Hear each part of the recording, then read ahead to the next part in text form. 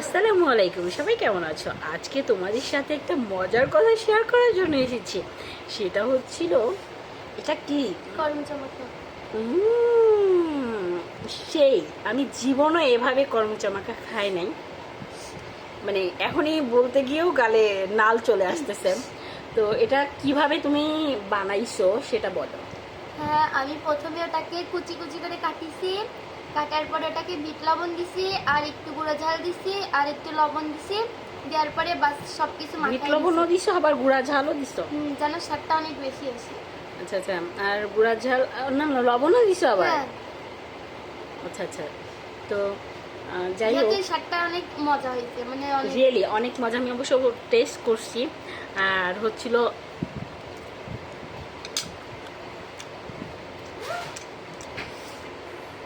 তুমি কুচি কুচি করে কাটার পরে মনে হয় পানিটা ভালোভাবে ঝরাই নিছো না, হুম।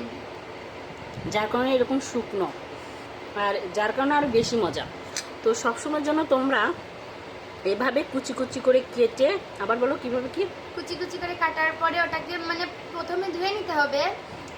ধোয়ার পরে হচ্ছে কুচি কুচি করে কাটতে হবে। কাটার পরে বিট লবণ, গুঁড়া ঝাল, লবণ দিয়ে মিক্স করে নিয়ে মাখালে অনেক স্বাদ হবে হ্যাঁ, সুস্বাদু। এভাবে করমচা তোমরা খেয়ে দেখো, অনেক মজা। আমি ফার্স্টে ওর কথা বিশ্বাস করিনি, ও আমাকে বলতেছে।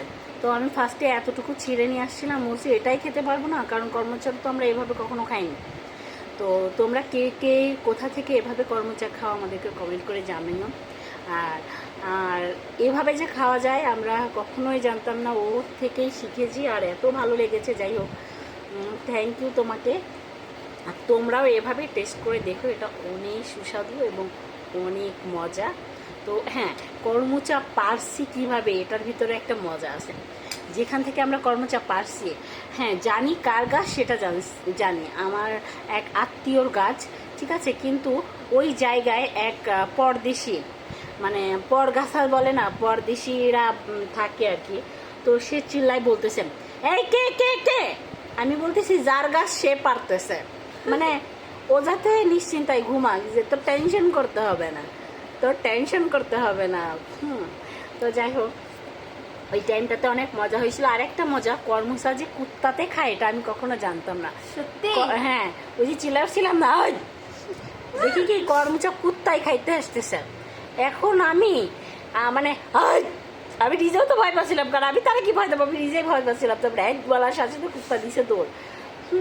তো যাই হোক, সবাই ভালো থাকো, সুস্থ থাকো, আল্লাহ হাফেজ। এটা